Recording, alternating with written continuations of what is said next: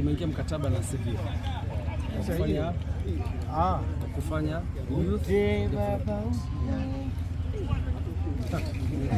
Taifa letu tunapokwenda sasa tunahitaji watoto wafundishwe. Uweze kucheza mpira, kipaji chako kigunduliwe kwa 25. It's very late. Unatakiwa ucheze mpira katika umri watu wanapokea. Isaya Mike. Hiyo ndio plan ambayo tunaanzisha sasa Yanga Soka School. Kati maalum kuweza kuwapa nafasi watoto. Na hiyo inapoendelea tunakwenda kwenye tunakwenda kwenye hatua ya Copa baada ya mchezo wetu dhidi ya AS FAR Rabat Morocco, nitasafiri kwenda Senegal kwa ajili ya kwenda kutembelea academies ambazo zipo Senegal. Wote mnajua Senegal sasa hivi ni mabingwa wa Afrika, lakini ni moja katika nchi ambayo inatengeneza vipaji vikubwa sana vya mpira katika umri mdogo kwenye ukanda wetu wa Afrika. Na haijaje kwa bahati mbaya, wana a lot of academies in Dakar na maeneo mbalimbali ya Senegal. Kwa hiyo nitakwenda Senegal baada ya kutoka Morocco kwa ajili ya kwenda kutembelea hizo academies nyingi pale. Tutakuwa pale kwa siku 2 kwa ajili ya shughuli maalum, kwenda kujifunza na kuona wenzetu academy zao wamezifanyaje, zina investment ni kubwa kiasi gani, walianzia wapi, wamefika wapi sasa hivi, na methodologies kadha wanazotumia kwa ajili ya kutengeneza wachezaji. Watu wa mikoani wanaulizia engineer. Mnafika lini kwao? Tumeanza Dar es Salaam na kama mnakumbuka tulianza Disemba.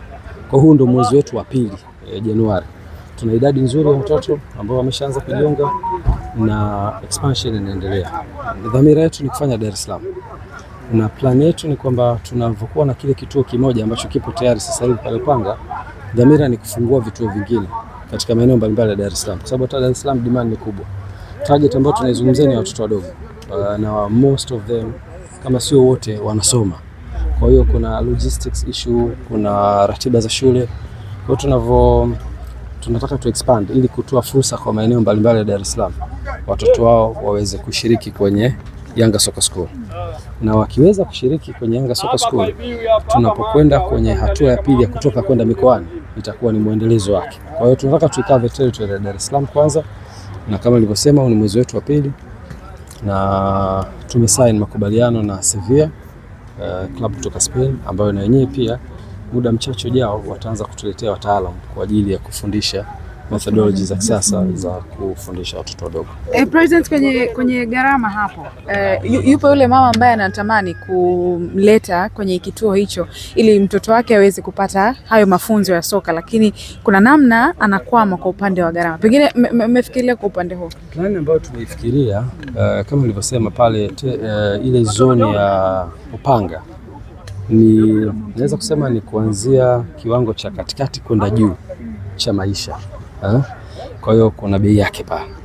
Center nyingine ambazo tutakazifungua mbalimbali nje ya pale zitakuwa zina bei tofauti kidogo. Kwa hiyo tuna consider hizo bei za chini kidogo kwa ajili ya kukava familia ambazo zitakuwa zinahitaji punguzo la bei. Kwa hiyo pia tumetazama, na inshallah tutakapokuwa tunafungua vituo vipya zitakuwa na bei zake tofauti kidogo. Lakini tuna phase 2 ya hiyo project, tutakwenda pia kwenye mashule na tumeshaanza ku approach shule kadhaa kujaribu kuleta falsafa ya mpira kwenye shule. Kuna watoto wengine ratiba zao za shule zinachukua muda mrefu sana mpaka jioni. Kwa hiyo wanakosa nafasi ya kupata fursa ya kutumikia michezo. Kwa hiyo tumeona tunazi approach shule, tumeshaanza kuzi approach kwa maana ya kuzipa technical knowledge katika vile vipindi vyao vya michezo. Kwa hiyo ni phase ambayo inakuja na tunaanza kuzitafuta na kuzizungumza na shule kadhaa kwa ajili ya hiyo program. Dhamira kubwa ambayo iko nyuma ya hii kitu ni kuhakikisha tunatoa fursa kwa watoto wadogo kuanza kucheza mpira na kujifunza mpira. Na hiyo ndio solution ambayo itakwenda kuokoa kizazi cha soka la taifa letu. Leo klabu ya Yanga, klabu ya Simba, klabu ya Azam, klabu ya Singida, klabu nyingine nyingi zote zinakimbilia nje kutafuta top quality. Nchi yenye watu milioni 61 na ushe inakosaje quality ambayo tunaifuata nje. Maana yake hatuna maandalizi mazuri ya kuwatengeneza vijana. Kwa hiyo tunaifanya inaweza isionekane leo matunda yake, lakini in a long run tutakuwa tumetengeneza jamii ya watoto wenye vipaji na walopata fursa ya kufundishwa mpira. President, kwenye nchi yetu watu wengi wana ile notion ya kwamba mara nyingi wamekuwa tukishindwa kuwekeza kwenye soka la vijana, na watu wengi wanaamini wanaanza kwenye hizi project baadaye huwa zinakuja kufeli.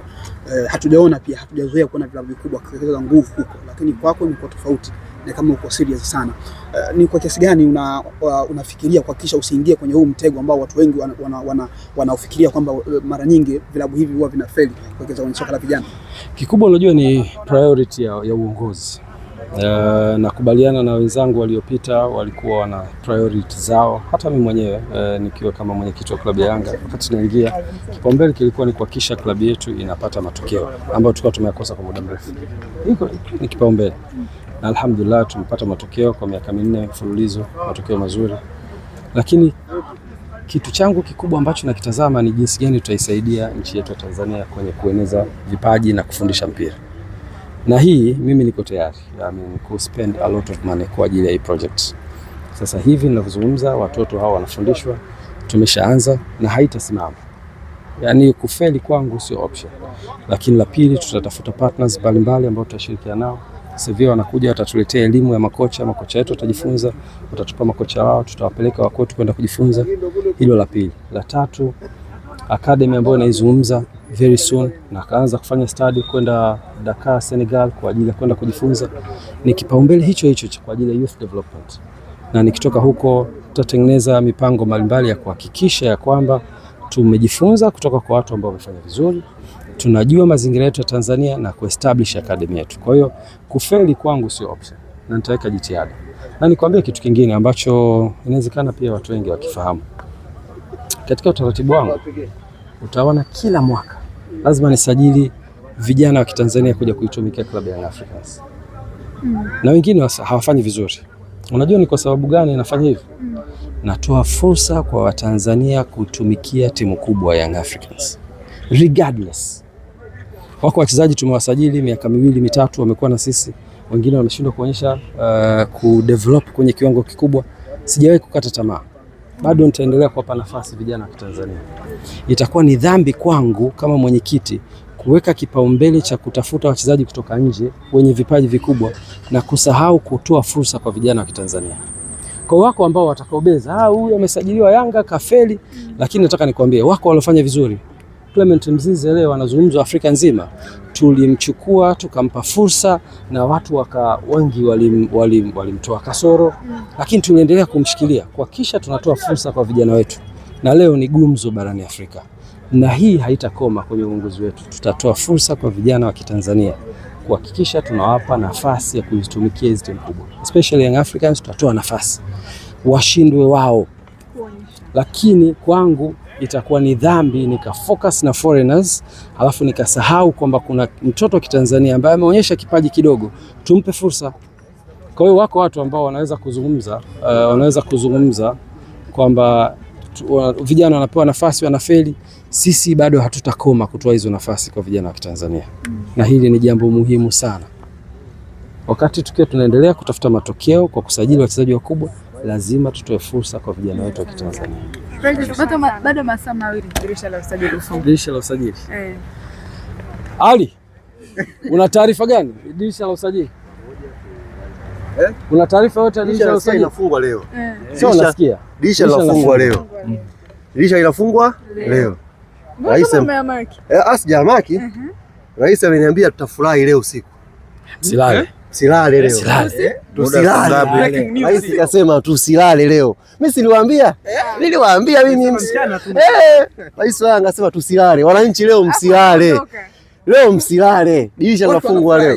Dirisha linafungwa leo. Mimi mchana. Kashida kutoa pale mchana imenibana. Msilale leo. Leo wananchi msilale. Yaani kila mtu ana simu yake hivi. Wote. Saa 6. Ikifika saa 6 dirisha likifungwa ndo ninaambia namtambulisha saa ngapi sasa huko. Bwana unawe kutengeneza graphics Bana nyie sikiza ninalala leo. Niambie raha yangu leo. Huyu mbona unanuna? Na raha leo. Na raha leo. Lakini mbona anatafutia mimi short? Kwa nini kaniambia mimi niongee? Nimejikaa toka mchana ujue. Leo nina raha nyinyi. Habari ya leo. Nasemaje? Alhamdulillah. Shukuru Mwenyezi Mungu. Na raha sana mwaka 2026 umeanza vizuri leo. Subirini. Wajina. Waite!